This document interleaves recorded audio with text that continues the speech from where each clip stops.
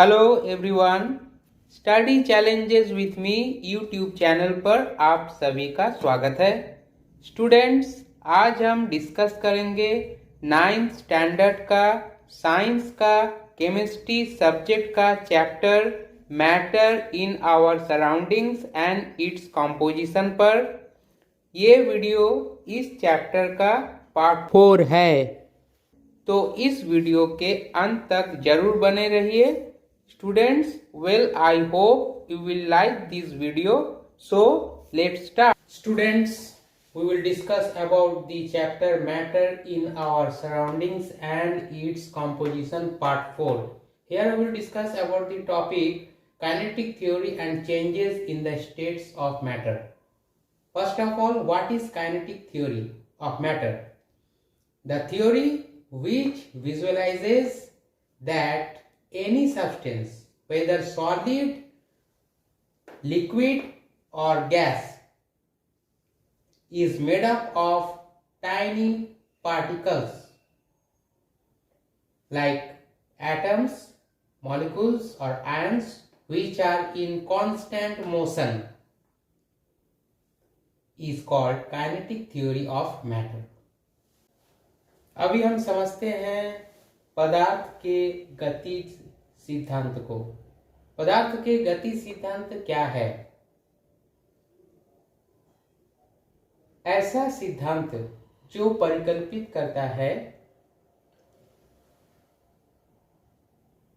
कि कोई भी पदार्थ, चाहे वो ठोस हो, द्रव हो या गैसीय हो, वो बने होते हैं छोटे छोटे कणों से, जिसे हम अणु, परमाणु और आयन कहते हैं। और ये निरंतर गति में रहते हैं। इसे ही पदार्थ का गतिज सिद्धांत कहा जाता है। As we know that the characteristic properties of a substance can be determined by the nature of the substance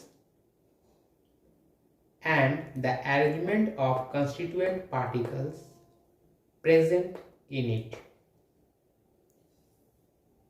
which are classified as number 1 atoms, number 2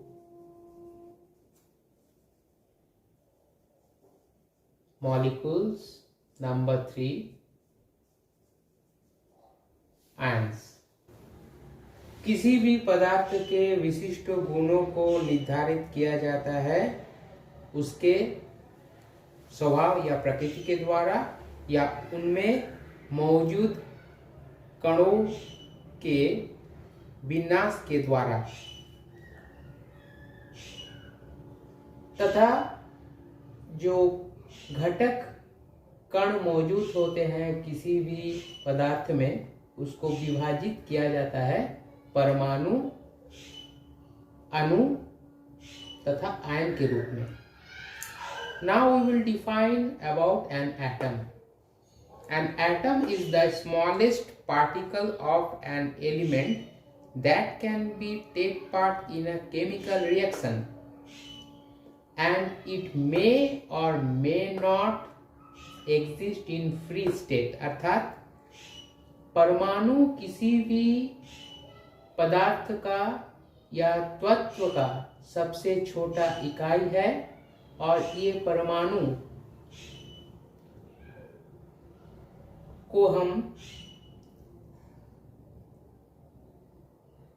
देखते हैं कि ये किसी भी रासायनिक विक्रिया में हिस्सेदारी लेते हैं, तथा ये मुक्त अवस्था में पाए जाते हैं अथवा नहीं। Second number is molecule. Molecule is the smallest particle of an element and it is capable of existing in the free state. Molecule exhibits all the properties of a substance molecule is composed of one or more than one same kind of atoms. दूसरा number है अणु का। अणु किसी भी पदार्थ की छोटी इकाई है और ये मुक्त अवस्था में किसी भी पदार्थ में पाए जाते हैं। अणु पदार्थ के सभी गुणों को दर्शाते हैं। अणु की संरचना होती है एक या एक से अधिक परमाणु के द्वारा। Third number is ion. It is an electrically charged atom, but sometimes it is an electrically charged group of atoms. तीसरा आयन। आयन एक विद्युतिक आवेशित परमाणु है और कभी कभी ये विद्युतिक आवेशित परमाणुओं के समूह भी कहलाते हैं। Now we will discuss about postulates of kinetic theory. अभी हम चर्चा करेंगे गतिज सिद्धांत के तत्वों के बारे में। First point is composition of matter, यानी पदार्थ की संरचना। As we know that matter is composed of small particles which may be atoms, molecules or ions.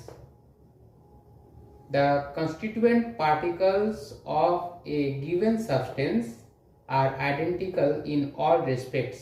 अर्थात पदार्थ की संरचना में हम जानते हैं कि पदार्थ जो है वो छोटे छोटे कणों से निर्मित होते हैं और ये छोटे छोटे कण परमाणु, अणु तथा आयन हो सकते हैं। तो किसी भी पदार्थ में जो छोटे कण होते हैं यानी जो घटक कण होते हैं वो सभी तरफ से एक समान होते हैं, यानी वे समान होते हैं सभी मामलों में। Second point is arrangement of particles. Particles have spaces lying between them.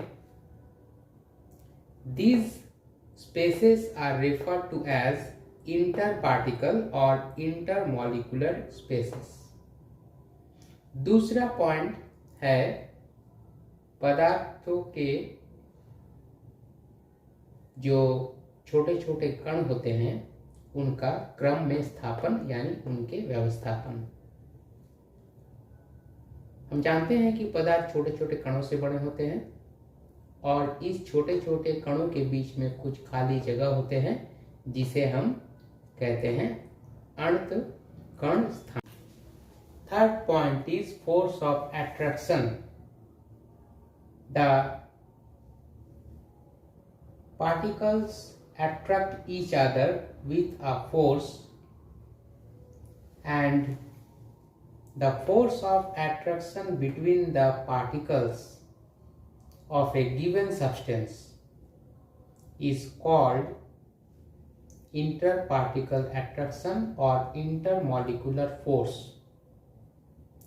and the magnitude of this force is depends upon the state of the substance and on the magnitude of the interparticle spaces. तीसरा point है आकर्षण बल। हम जानते हैं कि पदार्थ जो है वो छोटे छोटे कणों से बने होते हैं और इन छोटे छोटे कणों के बीच में एक प्रकार के बल होते हैं जो इन छोटे छोटे कणों को एक दूसरे की ओर आकर्षित करते हैं। तो इन कणों के बीच में जो आकर्षण है जिसे हम कणों के आकर्षण बल, अंत आकर्षण बल भी कहते हैं, इस तथा इसे अणु बल भी कहा जाता है, अर्थात अंत अणु बल भी इसे हम कह सकते हैं। और ये जो आकर्षण बल है ये निर्भर करता है, अर्थात मैं कहना चाहता हूँ ये आकर्षण बल का जो परिमाण है ये निर्भर करता है पदार्थ का अवस्था के ऊपर तथा पदार्थ के जो कण होते हैं उनके बीच में जो अणुकण स्थान होते हैं उनके परिमाण के ऊपर। Fourth point is collision of particles. Particles collide with each other and collide with the walls of the container in the liquid and gaseous states, but the total energy of the colliding particles remains the same. चौथा point है कणों में टकराव। पदार्थों के कणों के बीच में टकराव होते हैं, वो एक दूसरे से टकराते हैं तथा जब किसी द्रवीय तथा गैसीय पदार्थों को किसी वेसल में यानी पात्र में या कोई बर्तन में लिया जाता है तो ये जो कण है ये इस बर्तन के दीवार से भी टकराते हैं, परंतु जो संपूर्ण ऊर्जा है वो कणों के एक जैसा ही रहते हैं। Fifth point is motion. The particles are always in a state of motion. In solid, the particles vibrate about their fixed mean positions, and in liquids and gases, the particles move randomly, and due to their motion, they possess kinetic energy। पांचवा बिंदु है गति। हम जानते हैं पदार्थों के कणों में गति मौजूद होते हैं, अर्थात पदार्थ के कण हमेशा गतिशील रहते हैं और ठोस पदार्थ में जो कण मौजूद होते हैं वो अपने मध्य अवस्था में स्थिर रहते हुए स्पंदित होते हैं, जबकि द्रवित तथा गैसीय अवस्था में जो कण मौजूद होते हैं पदार्थों के वो हमेशा गतिशील रहते हैं और ये पदार्थों के कणों के गतिशील रहने के कारण इसमें यानी कणों में गतिज ऊर्जा अंतर्निहित रहते हैं। One important point you should remember that the physical states of a matter is determined by number 1 the magnitude of the interparticle space or magnitude of the interparticle force of attraction, and second the randomness of motion of particles due to kinetic energy possessed by them. One important thing to note that the kinetic energy of the particles increases on heating the substance and thus motion of the particles also increases. किसी भी पदार्थ के भौतिक अवस्था को निर्धारित किया जाता है पहला उस पदार्थ के कणों में मौजूद आकर्षण बल के परिमाण के द्वारा तथा दूसरा पदार्थ के कणों में मौजूद गति अर्थात पदार्थ के कण हमेशा गतिशील रहते हैं, उनमें मौजूद गतिज ऊर्जा के कारण जो उनमें अंतर्निहित होते हैं। और एक बात ध्यान देने योग्य है कि पदार्थों के कणों में गतिज ऊर्जा वृत्ति प्राप्त होते हैं जब पदार्थ को गर्म किया जाता है, और साथ ही साथ पदार्थों के कणों के गति में भी वृद्धि प्राप्त होते हैं। 6th point is energy possessed by matter. The particles are in continuous random motion and they process kinetic energy. On heating, kinetic energy increases and the particles move faster. And thereby solid changes into a liquid and a liquid changes into a gas or vapor. 6th point है पदार्थ के पास ऊर्जा। हम जानते हैं कि पदार्थ में मौजूद कण हमेशा गतिशील रहते हैं, उनमें मौजूद गतिज ऊर्जा के कारण। जब हम किसी पदार्थ को गर्म करते हैं तो पदार्थ में मौजूद कण गतिशील होते हैं और इनमें गतिज ऊर्जा में वृद्धि प्राप्त होता है, और पदार्थ के कण अधिक तेजी से गतिशील होते हैं, और जिसके फलस्वरूप एक ठोस पदार्थ द्रवित पदार्थ में और एक द्रवित पदार्थ गैसीय या भाप के रूप में परिवर्तित होते हैं। We'll discuss about kinetic model of solid state. The particles or molecules in the solid state are closely packed. That is, the interparticle space is negligible and the solid particles or particles in a solid state cannot be compressed much. Here we can see the particles or molecules in the solid state are closely packed or arranged closely and in a definite manner. They are not free to move about. ठोस अवस्था के गतिज model, इसके बारे में अभी हम चर्चा करेंगे।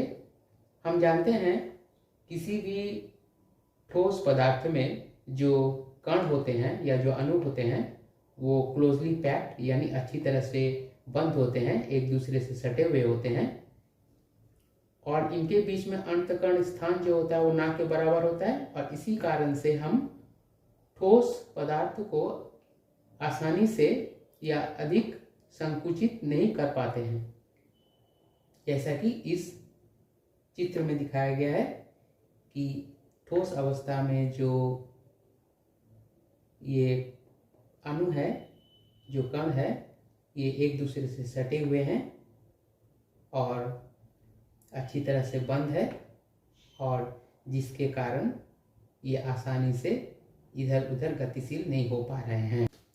But there is an exception that sponge is a substance which can be compressed, because sponge has minute holes which is present in the sponge, and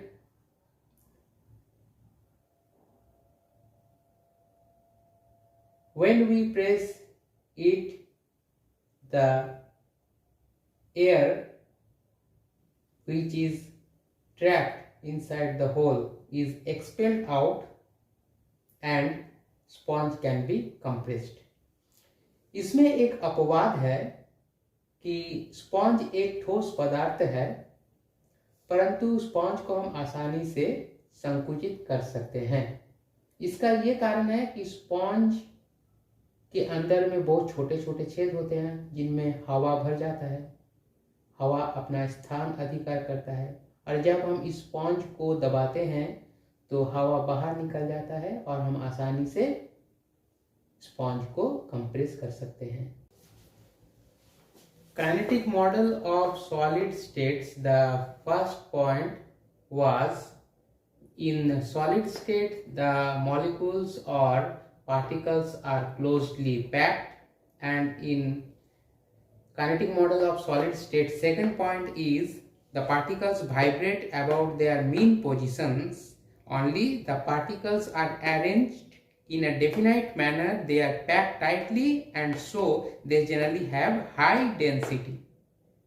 Number 4 point, there is a strong force of attraction, means they have strong intramolecular force between the particles in solid state. And number 5th point is kinetic energy in the particles of a solid is minimum. Thus, solids are rigid and with a definite size and definite shape.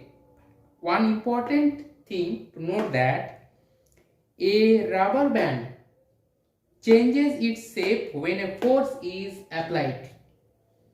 It returns back to its original shape when the force is removed, so it is a solid.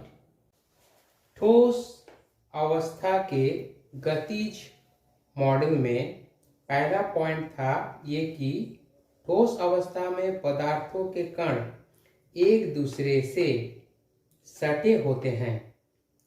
दूसरा point है ठोस अवस्था में कणों में स्पंदन होता है केवल उसके माध्य अवस्थान पर। तीसरा पॉइंट है ठोस अवस्था में पदार्थों के कणों का घनत्व अधिक होता है। ठोस पदार्थों के कणों के बीच मजबूत आकर्षण बल होता है, ये चौथा पॉइंट है। तथा पांचवा पॉइंट है ठोस पदार्थों के कणों में गतिज ऊर्जा सर्वनिम्न होता है। तो स्टूडेंट्स, इससे ये निष्कर्ष निकला कि ठोस पदार्थ कठोर होने के साथ साथ इसका आकार तथा बनावट निश्चित होता है। उदाहरण के तौर पर यदि हम एक रबर बैंड लिए तो अगर इस रबर बैंड का अपना निश्चित आकार होता है, यदि हम इस रबर बैंड में बल प्रयोग करेंगे तो इसका अपना आकार परिवर्तित होगा। यानी एक रबर बैंड अपना आकार परिवर्तित तब करता है जब हम इसमें बल प्रयोग करते हैं, यानी फोर्स अप्लाई करते हैं, और जब हम इससे बल हटा लेते हैं उस वक्त क्या होता है कि ये रबर बैंड अपने पुनः आकार में वापस आ जाता है। तो हम ये कह सकते हैं कि ये रबर बैंड जो है ये एक ठोस पदार्थ है। Now we will discuss about kinetic model of liquid state. The attractive force between the particles is not as strong as in solids, so they are loosely packed and are not fixed. The particles can move over one another. So we can say in liquid state, particles arranged closely but free to move about. It is the first point, and second point is the interparticle space between the particles is greater than that in a solid, so they generally have low density as compared to solid, are more compressible. Third point, kinetic energy of particles in a liquid is large as the particles in liquids move faster and more freely than those in solids. Fourth point, the motion of the particles in liquid state is irregular and random. So students, we are getting result from the discussed points that the liquids do not have a definite shape but have a definite volume and can flow from a higher to a lower level. अभी हम चर्चा करेंगे द्रव अवस्था की गतिज model पर।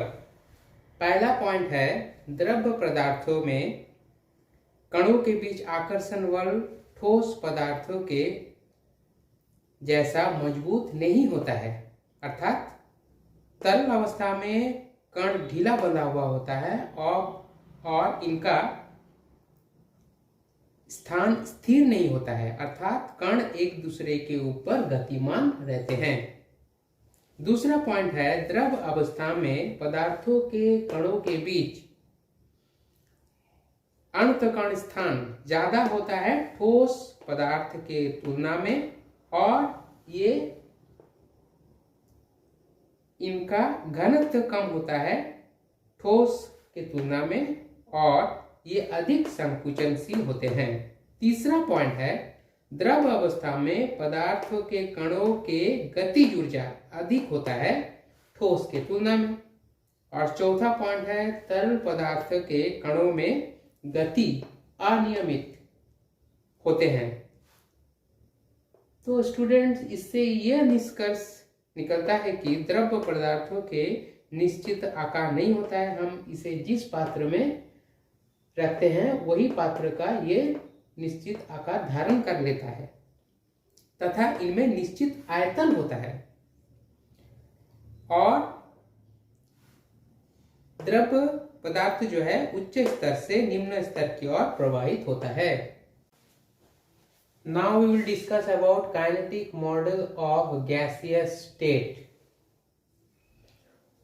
First point is, the particles lie much further apart than they do in solid or in liquid. Thus, the density of gases is very low, and one more thing, the particles further apart and free to move about. Second point, there is negligible force of attraction between the particles, so they are free to move within the entire space available to them. Third point, the kinetic energy of molecules in a gas is very large. The particles or molecules move much faster than they do in liquids, and therefore they possess much more kinetic energy. They are in fact in a state of incessant random motion, moving in all possible directions at all possible speeds. Fourth point, the particles are far apart and there is enough space available for compression, hence gases can be compressed easily. Fifth point, during motion the particles collide with one another and also with the walls of the vessel. With each collision the direction and speed of the particles change. And sixth point, a gas exerts pressure due to the continuous bombardment by its particles on the walls of the container. Thus, the result of these given points, thus a gas has neither a definite shape nor a definite volume, but it can flow and is easily compressible. अभी हम गैसीय अवस्था की गतिज model पर चर्चा करेंगे। गैसीय पदार्थ में कण एक दूसरे से दूर स्थित होते हैं, जिससे गैसीय पदार्थ का घनत्व काफी कम होता है, ना के बराबर। दूसरा पॉइंट, गैसीय पदार्थों के कणों के बीच बहुत ही कम आकर्षण बल होता है, जिससे ये आसानी से इधर उधर घूम सकते हैं। तीसरा पॉइंट, गैसीय कणों का गतिज ऊर्जा बहुत ही अधिक होता है। चौथा पॉइंट, गैसीय पदार्थ आसानी से संकुचित होते हैं। पांचवा पॉइंट, गति के समय गैसीय कण एक दूसरे से टकराते हैं तथा ये जिस बर्तन में रखा जाता है उसके बर्तन के दीवार से भी टकराते हैं। छठा पॉइंट, गैसीय कण दबाव उत्पन्न करता है बर्तन की दीवार के ऊपर। तो इससे यह निष्कर्ष पाते हैं कि गैस का ना तो निश्चित आकार होता है और ना ही निश्चित आयतन होता है, लेकिन ये आसानी से प्रवाहित तथा संकुचित होता है। कैसा लगा आज का video?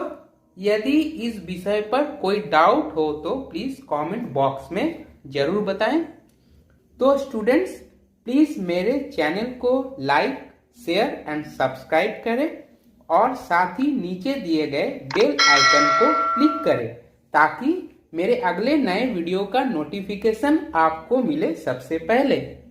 Please support me. Thank you.